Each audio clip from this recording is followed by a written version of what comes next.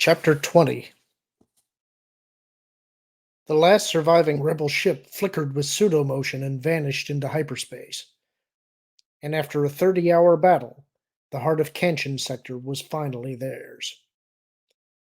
Secure the fleet from full battle status, Captain, Thrawn ordered, his voice grimly satisfied as he stood at the side viewport. Deploy for planetary bombardment, and have Captain Harbid transmit our terms of surrender to the Zafel government. Yes, sir, Pelion said, keying in the order. Thrawn half turned to face him. And send a further message to all ships, he added. Well done. Pelion smiled. Yes, the Grand Admiral did indeed know how to lead his men. Yes, sir, he said, and transmitted the message. On his board, a light went on. A pre-flag message had just come through Decrypt. He pulled it up, skimmed through it. A report from Tangreen? Thrawn asked, still gazing out at the helpless world lying below them. Yes, sir, Pelion nodded. The rebels have sent 2 more freighters into the system. Long-range scans suggest that they offloaded something in the outer system on the way in, but intelligence has so far been unable to locate or identify the drops. Instruct them not to try, Thrawn said. We don't want our fray frightened off. Pelion nodded, marveling once again at the Grand Admiral's ability to read his opponents. Up until 20 hours ago, he would have sworn the rebels wouldn't be audacious enough to commit this many forces to a battle, just to get a hold of a CGT array. Apparently, they were. We're also getting reports of rebel ships drifting quietly into the Tangreen area, he added, skimming down the report again. Warships, starfighters, support craft, the whole range. Good, Thrawn said. But there was something preoccupied and troubled about the way he clasped his hands behind his back.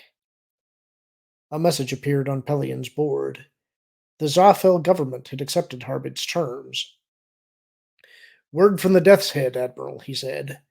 Zafel has surrendered. Not unexpectedly, Thrawn said. Inform Captain Harbid that he will handle the landings and troop deployments. You, Captain, will reconfigure the fleet into defensive formation until planetary defenses have been secured. Yes, sir. Pelion frowned at the Grand Admiral's back. Is anything wrong, Admiral? I don't know, Thrawn said slowly. I'll be in my private command room, Captain. Join me there in 1 hour. He turned and favored Pelion with a tight smile. Perhaps by then I'll have an answer to that question. Gillespie finished reading and handed the datapad across the table to Mazik. You never cease to amaze me, Card, he said, his voice just loud enough to be heard over the Tap Cafe's background noise. Where in space do you dig this stuff up from, anyway? Around, Card said, waving his hand vaguely. Just around. That doesn't tell me Minox spit, Gillespie complained. I don't think it was meant to, Mazik said dryly, handing the datapad back to Card. I agree. It's very interesting. The question is whether we can believe it. The information itself is reliable, Card said. My interpretation of it, of course, is certainly open to question. Mazik shook his head. I don't know. It seems like a pretty desperate move to me. I wouldn't say desperate, Card disagreed. Call it instead a return to the bold tactics the Rebel Alliance used to be known for. Personally, I think a move like this is long overdue. They've allowed themselves to be put on the defensive far longer than they should have. That doesn't change the fact that if this doesn't work, they're going to lose a lot of ships, Mazix pointed out. Up to 2 entire sector fleets, if you can believe these numbers. True, Card agreed. But if it does work, they get a major victory against Thrawn and an equally major lift in morale. Not to mention a CGT array. Yeah, that's another thing, Gillespie put in. What do they need a CGT for, anyway? It supposedly has something to do with the reason Coruscant has been closed to civilian traffic for the past few days, Card said. That's all I know. Mazik leaned back in his seat and fixed Card with a speculative look. Forget what they need it for. What are you proposing we do about it? Card shrugged. It looks to me like the New Republic is fairly desperate to get their hands on a CGT. If they're willing to fight for one, I assume they'd be even more willing to pay for one. Seems reasonable, Mazik agreed. So what do you want us to do?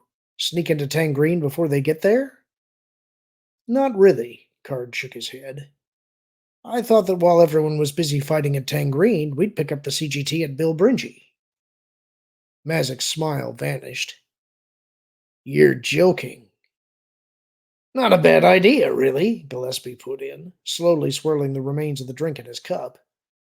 We slip in before the attack starts, then grab the CGT and run. Through half the Imperial fleet? Mazik countered. Come on. I've seen the kind of firepower they keep there.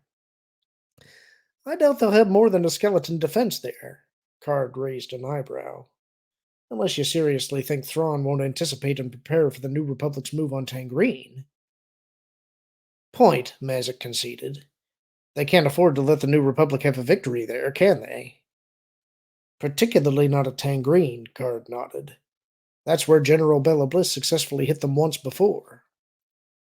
Mazik grunted and pulled the datapad over in front of him again. Card let him reread the information and analysis, giving the Tap Cafe a leisurely scan as he waited. Near the main entrance, Aves and Gillespie's Lieutenant Fawn were sitting together at one of the tables, doing a good job of looking inconspicuous. Across the way at the rear entrance, Mazik's bodyguard Shada was playing the flirtatious hostess role for Denkin and Torv, the whole routine being convincingly leered at by Rappaport and O'Shea, two more of Gillespie's people. 3 more tables of backup forces were scattered elsewhere throughout the Tap Cafe, primed and ready. This time, none of them were taking any chances with Imperial interference. It won't be easy, Mazik warned at last. Thrawn was furious about that raid we pulled. They'd probably redone their whole security setup by now. All the better, Card said. They won't have found the holes in it yet. Are you in or out? Mazik looked down at the datapad.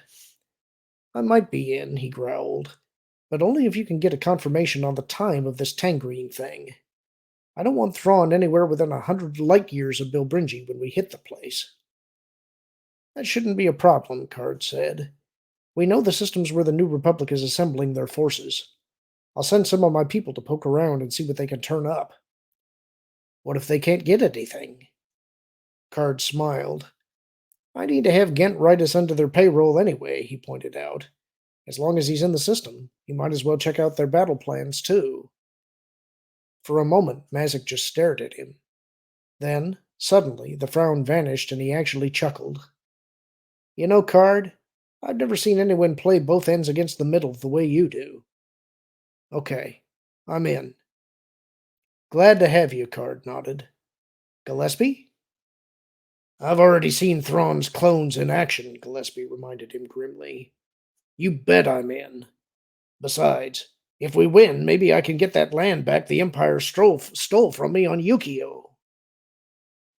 I'll put in a good word for you with the New Republic, Card promised. All right, then. I'm taking the wild card to Coruscant, but I'll be leaving Aves behind to coordinate my part of the attack group. He'll give you the operational plan when you check in. Sounds good, Mazik said as they all got to their feet. You know, Card, I just hope I'm around to see the day the New Republic catches up with you. Whether they give you a medal or just shoot you. Either way, it'll be a terrific show. Card smiled at him. I rather hope to be there that day myself, he said. Good flights, gentlemen. I'll see you at Bilbringi. The brilliant green turbolaser blast flashed downward from the fuzzy-looking Star Destroyer in the distance beyond. It splashed slightly against the unseen energy shield, then reappeared a short distance away, continuing onward. Stop, Admiral Drayson said. The record froze, the hazy splash of turbolaser fire looking angular and rather artificial as it sat there in stop frame mode on the main display. I apologize for the quality here, Drayson said, stepping over to tap it with his light pointer. Macro binocular records can be enhanced only so much before the algorithms start breaking down. But even so, I think you can all see what's happening. The Star Destroyer's blast is not, in fact, penetrating Yukio's planetary shield. What appears to be the same blast is actually a second shot, fired from a cloaked vessel inside the shield. Leia peered at the hazy picture. It didn't seem nearly that obvious to her. "Are you sure?" she asked. "Quite sure," Drayson said, touching his light pointer to the empty space between the splash and the continuing green fire.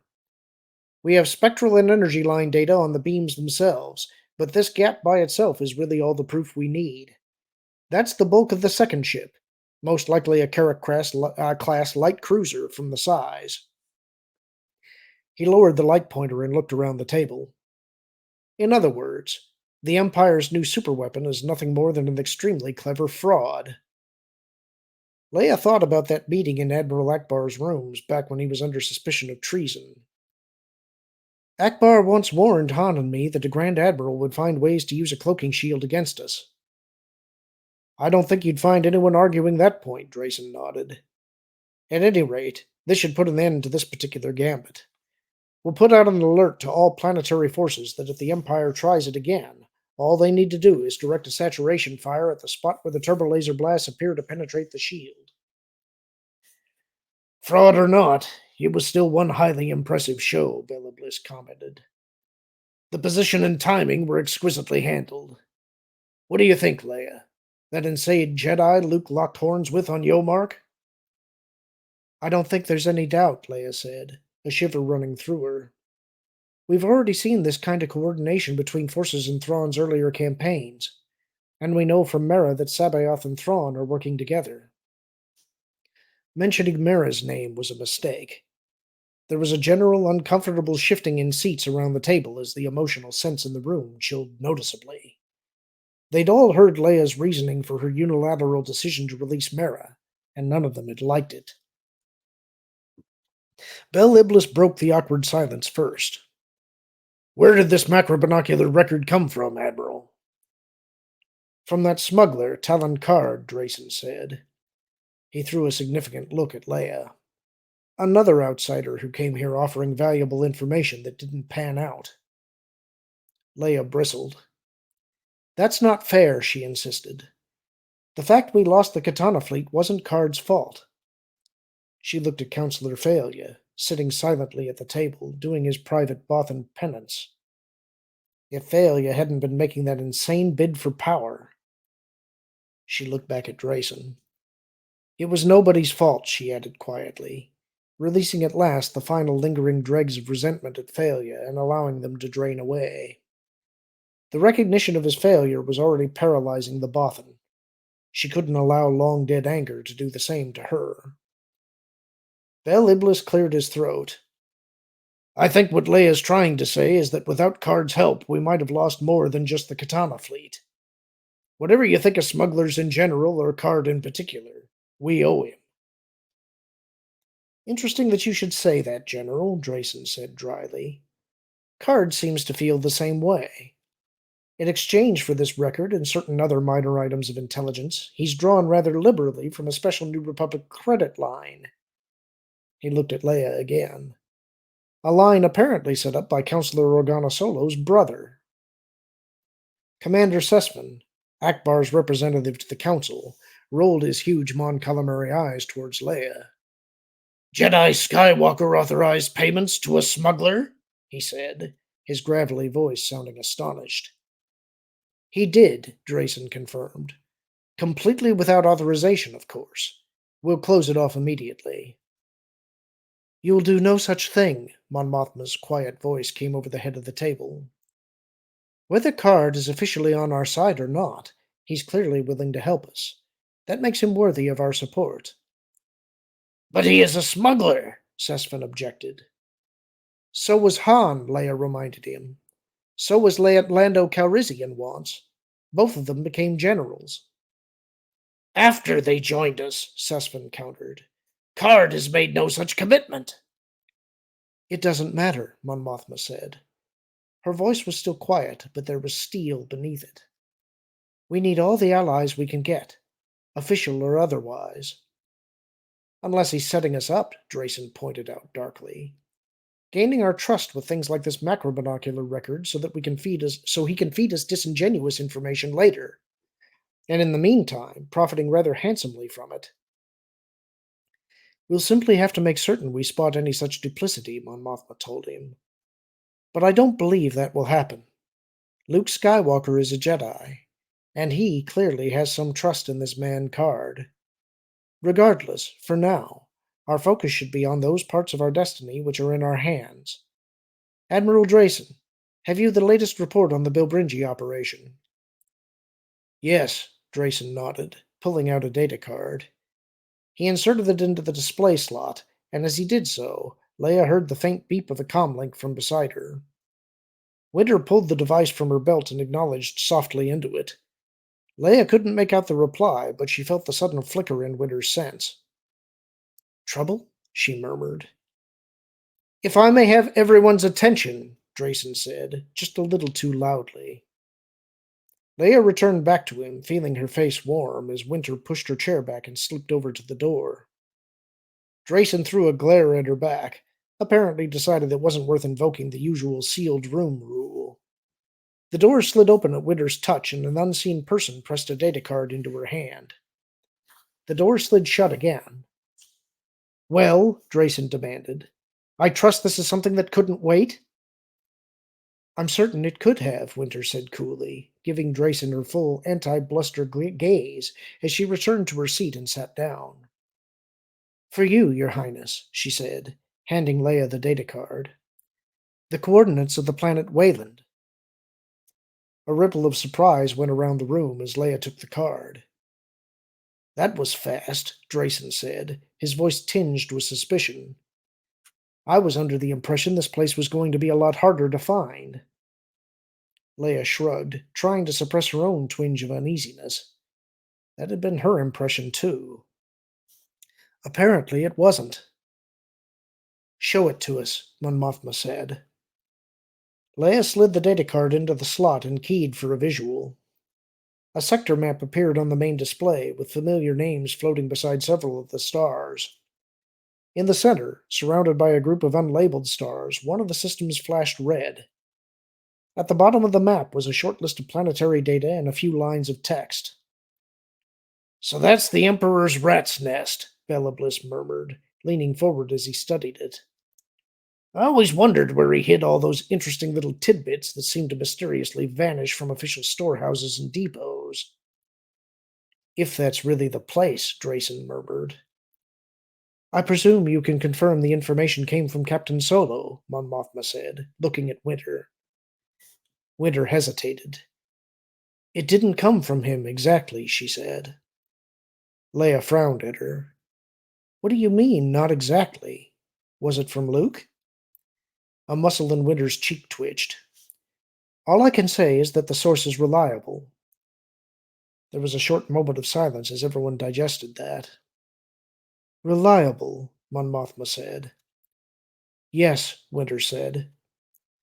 Mon Mothma threw a look at Leia. This council is not accustomed to having information withheld from it, she said. I want to know where these coordinates come from. I'm sorry, Winter said quietly.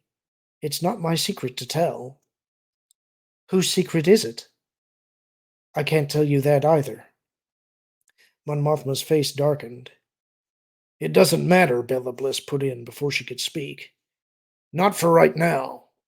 Whether this planet is the actual cloning center or not, there's nothing we can do about it until the Bilbringi operation is over.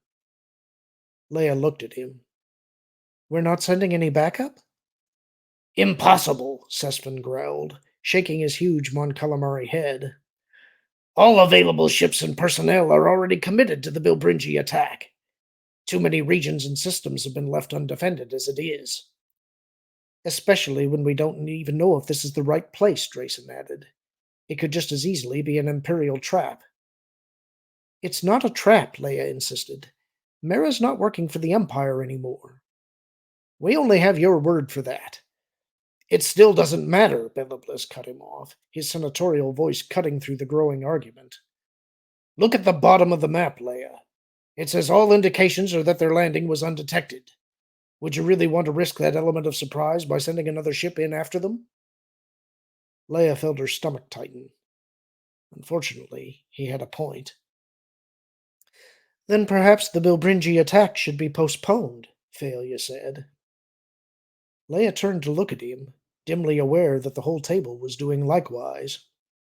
It was practically the first time the Bothan had spoken at a council meeting since his bid for power had ignominiously collapsed out on the Katana fleet. I'm afraid that's out of the question, Councillor Thalia, Mon Mothma said. Aside from all the preparations that would have to be discarded, it's absolutely imperative that we clear out these cloaked asteroids hanging over our heads. Why? Thalia demanded, a rippling wave running through the fur of his neck and down his shoulders. The shield protects us. We have adequate supplies for many months. We have full communication with the rest of the New Republic. Is it merely the fear of looking weak and helpless? Appearances and perceptions are important to the New Republic, Mon Mothma reminded him. And properly so. The Empire rules by force and threat. We rule instead by inspiration and leadership. We cannot be perceived to be cowering here in fear of our lives. This is beyond image and perception, Thalia insisted, the fur flattening across the back of his head. The Bothan people knew the Emperor, knew his desires and his ambitions, perhaps better than all who were not his allies and servants. There are things in that storehouse which must never again see light, weapons and devices which Thrawn will someday find and use against us, unless we prevent him from doing so. And we will do so, Mon Mothma assured him. And soon. But not until we've damaged the Bilbringi shipyards and obtained a CGT array. And what of Captain Solo and Councillor Organa Solo's brother? The lines around Mon Mothma's mouth tightened. For all the rigid military logic, Leia could see that she didn't like abandoning them there either. All we can do for them right now is to continue with our plans, she said quietly. To draw the Grand Admiral's attention towards our supposed attack on Tangreen. She looked at Drayson. Which we were about to discuss. Admiral? Drayson stepped up to the display again. We'll start with the current status of preparations for the Tangreen feint, he said, keying his light pointer to call up the proper display. Leia threw a sideways glance at Thalia, and at the obvious signs of agitation still visible in the Bothan's face and fur movements. What was in the mountain, she wondered, that he was so afraid Thrawn would get a hold of? Perhaps it was just as well she didn't know.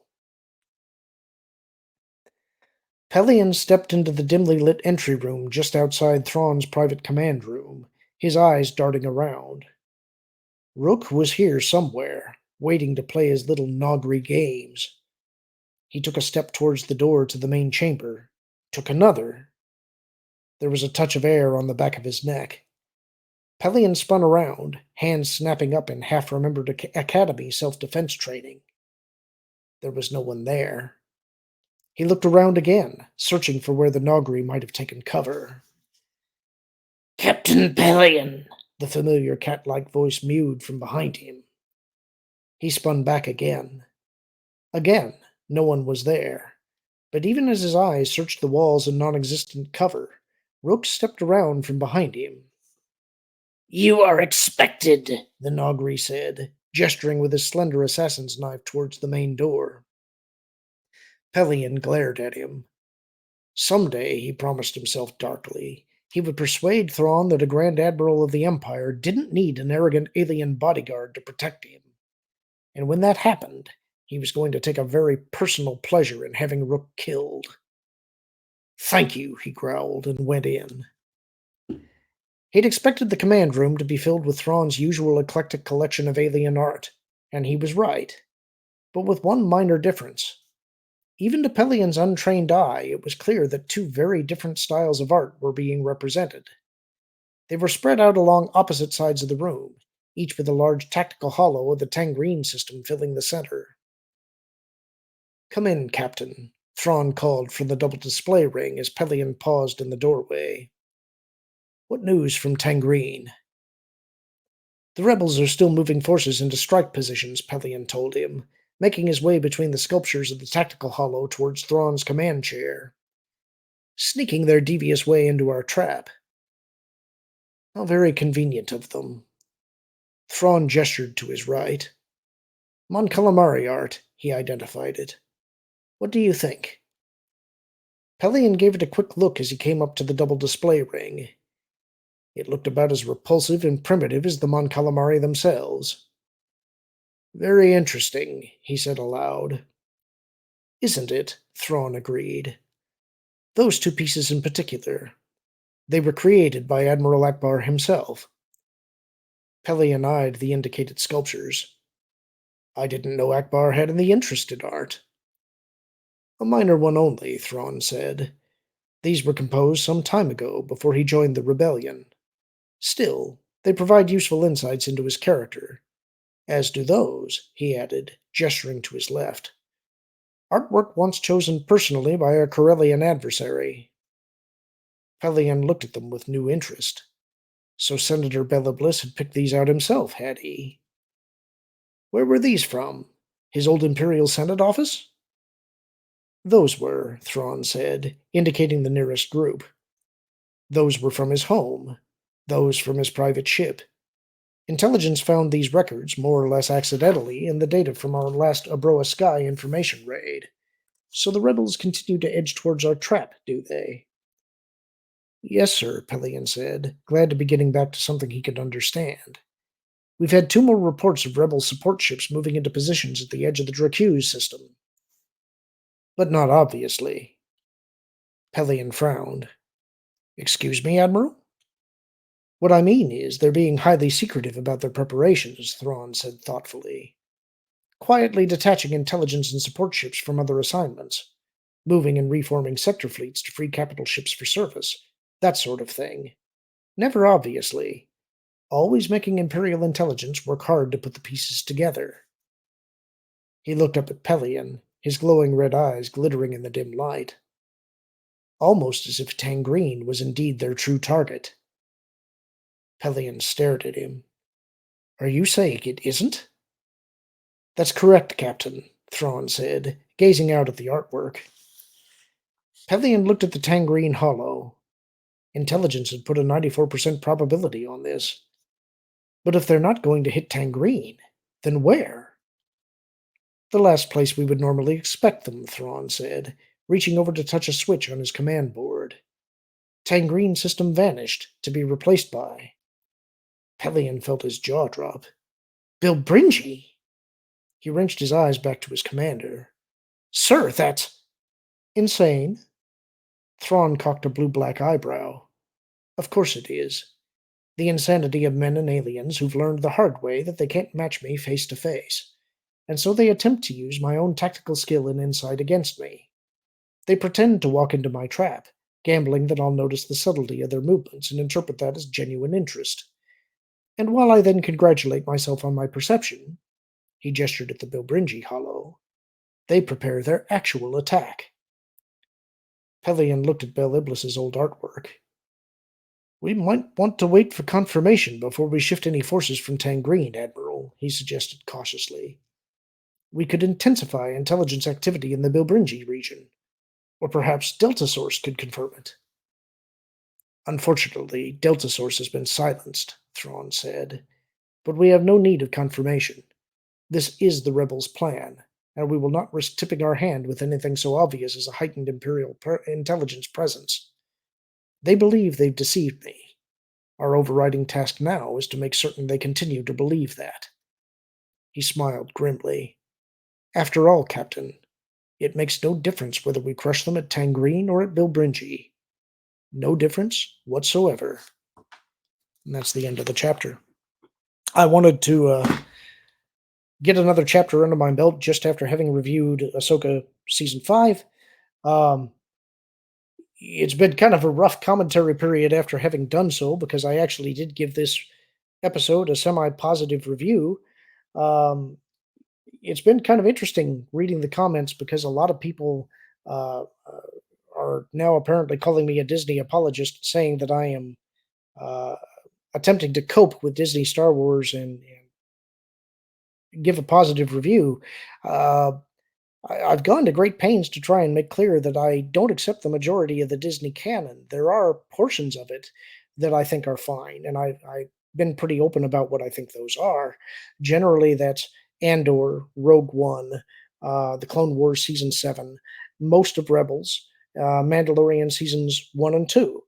The rest of it, I think, for the most part, has been pretty much garbage. There are a novel here and there that I thought were okay, but they have no real impact on the overall plot. Um, and so, in my position as a reviewer for WDW Pro and that Park Place, I tried to make clear at the beginning that while I don't accept Ahsoka as canon, I have to be honest about what I think is positive and what I think is negative. And I think that this last episode I actually enjoyed. That was all I was trying to say in that review. Um, so it's been kind of strange to have people coming after me, particularly when I have this series that I'm running that is calling these the real episodes 7, 8, and 9. Um, but part of why I wanted to touch on that here at the end of this chapter is because this again underscores why I see this as the real episodes 7, 8, and 9. Um, Once again, the New Republic, I believe, is gotten right in Zahn's novels.